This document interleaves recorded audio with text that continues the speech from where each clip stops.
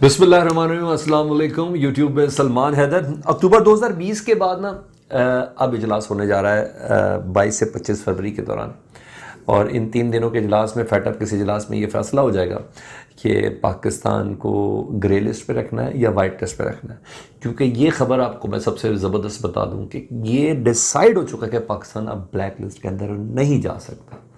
वो जो 27 में से 21 शराइत पूरी हुई थी और बाकी 6 अबूरी थी ना, उनके ऊपर भी मुकम्मल अमल दरामद हो चुका है। वो शराइत कानून साजी के ज़ुमरे में आ चुकी। हाँ, उस पर अमल दरामद में कहीं कुछ कनी कतराई गई हो तो जो अभी थोड़ा टाइम लगेगा उस पर वो होना तो हो। अलबत्ता फेटअप की तमाम शराइत पर अमल हो चुका है।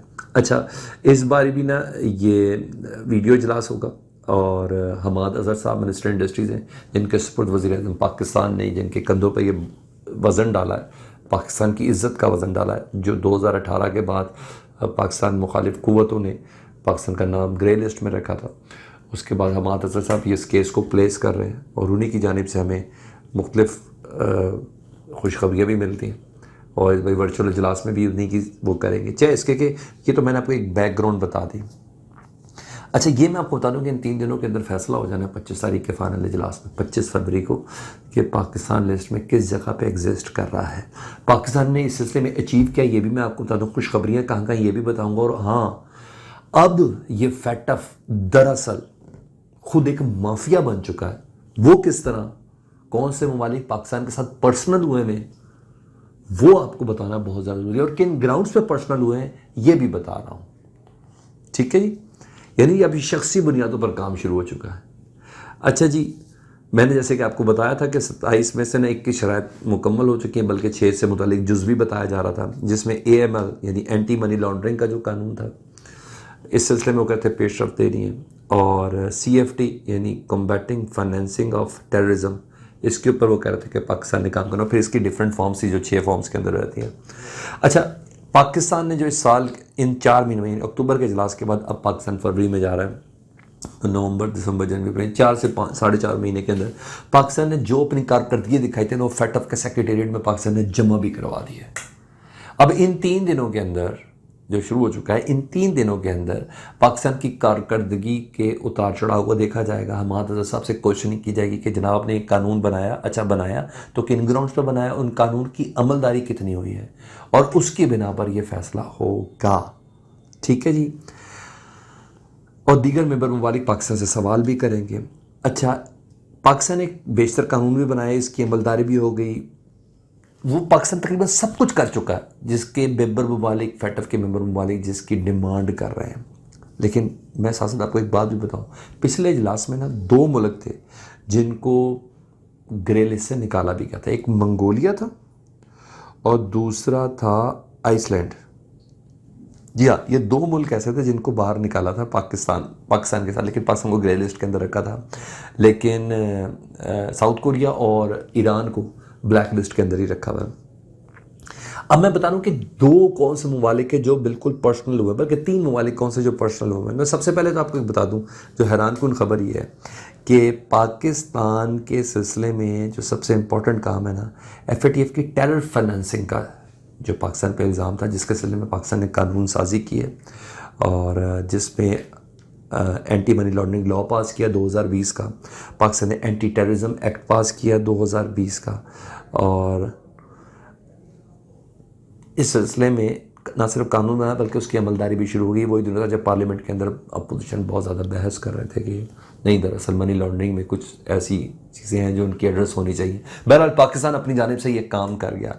पाकिस्तान को जो मैंने बताया कि ये खुद माफिया, फेटअप एक माफिया के तौर पे काम कर रहा है, जिसके सिलसिले में बैकडोर जो गुफ्तगू हो वही कोई काम करे तो करे, लेकिन सामने चाइना का शेल्टर तो है हमारे पास, उसके होते हम ब्लैक लिस्ट पर नहीं जा सकते। लेकिन उन्होंने कसर कोई नहीं छोड़ी पाकिस्तान को बदनाम करने की। हालांकि पाकिस्तान ने 27 की 27 शराइत पूरी कर दी है जनाब।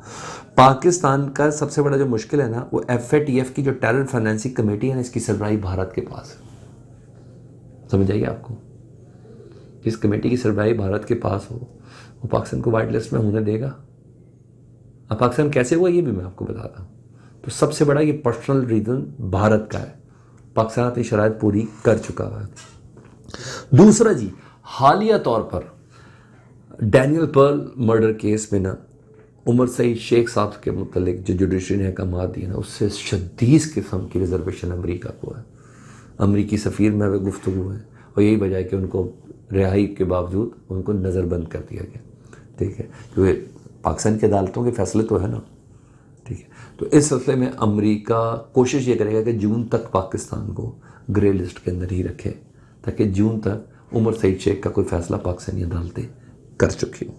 ठीक, दूसरा मुल्क बता दिया पर्सनल हुआ है, भारत पर्सनल हुआ है, अमेरिका पर्सनल हुआ है। तीसरा जी फ्रांस। लास्ट इजलास में ना पाकिस्तानी मीडिया ने आपको नहीं बताया था, मैं आपको बताता हूँ। लास्ट इजलास में ना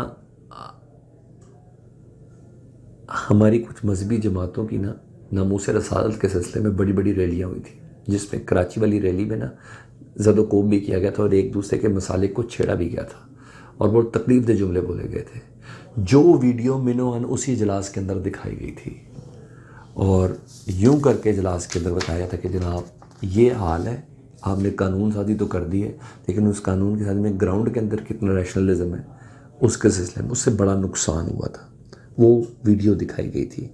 ठीक है, फ्रांस मुखालफत के उसमें जज्बात थे सारे, क्योंकि नाउज़ बिल्ला मिन ज़ालिक वो जो गुस्ताखाना खाके थे ना, उसकी बिना पर वो इजलास वो जलसे पाकिस्तान के अंदर बहुत हुए थे, जिसमें फ्रांस मुखालिफ तकरीरें भी थी। और फ्रांस के सदर तो वैसे ही बाज़ारों की फर्शों के ऊपर होते हैं, जहाँ वो जिस काबिल है उनको उधर ही रखा गया हुआ है।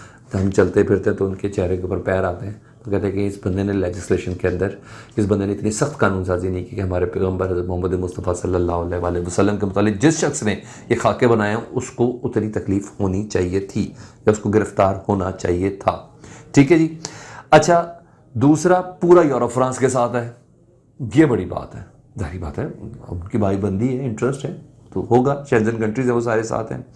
अच्छा, मैंने आपको बता दिया यूरोप पूरा, फ्रांस, अमेरिका और इंडिया, ये तीन ताकतें ऐसी हैं जिसकी बिना पर पाकिस्तान का ग्रे लिस्ट से वाइट लिस्ट में आना मुश्किल हो रहा है। लेकिन इस बार फिर हमने किए गई लेजिस्लेशन और उस पर किए गए इकदामात की बिना पर हमारी होप्स बहुत ज़्यादा आई है कि पाकिस्तान वाइट लिस्ट में होगा। और मुझे यकीन है कि ये खुशखबरी इस बार मिलने जा रही है, क्योंकि बैकडोर राब्ते ना सिर्फ प्राइम मिनिस्टर पाकिस्तान के और पाक फ़ौज के और वज़ीर ख़ारजा शाह महमूद कुरैशी साहब के इतने स्ट्रॉन्ग हुए हैं, क्योंकि हालिया अमरीकी आर्मी जो चीफ थी, सेटकॉम के जो चेयरमैन थे, जनरल 4 स्टार जनरल, उनकी पाकिस्तान आमद ये बेईमानी नहीं है, इसके साथ अटैच है ये सारा मामला। तो पाक फ़ौज सारी पाकिस्तान का इदारा है, पाकिस्तान की हुकूमत बैकडोर चैनल से वो तमाम गुफ्तगू की जा रही है कि जिसकी बिना पर इन 3 दिनों के अंदर एक बड़ा फैसला पाकिस्तान के हक़ में हो सकता है। मेरी भी दुआ है और आपकी दुआ है। कमेंट्स पर मुझे ज़रूर आगाह कीजिएगा और पाकिस्तान जिंदाबाद के नारे के साथ कीजिएगा, क्योंकि हम शायद थोड़ी बदतमीज़ी कर रहे हैं कमेंट्स में। तो मेरा ख्याल है कि हमारा जवाब यही होना चाहिए। हाँ, उनमें से कुछ बहुत डिसेंट भी बिहेव करते हैं, कमेंट्स करते हैं, बातों से डिनाई करते हैं, मगर डिसेंट मैनर्स में। तो पाकिस्तान जिंदाबाद। इजाज़त दीजिए, खुदा हाफ़िज़।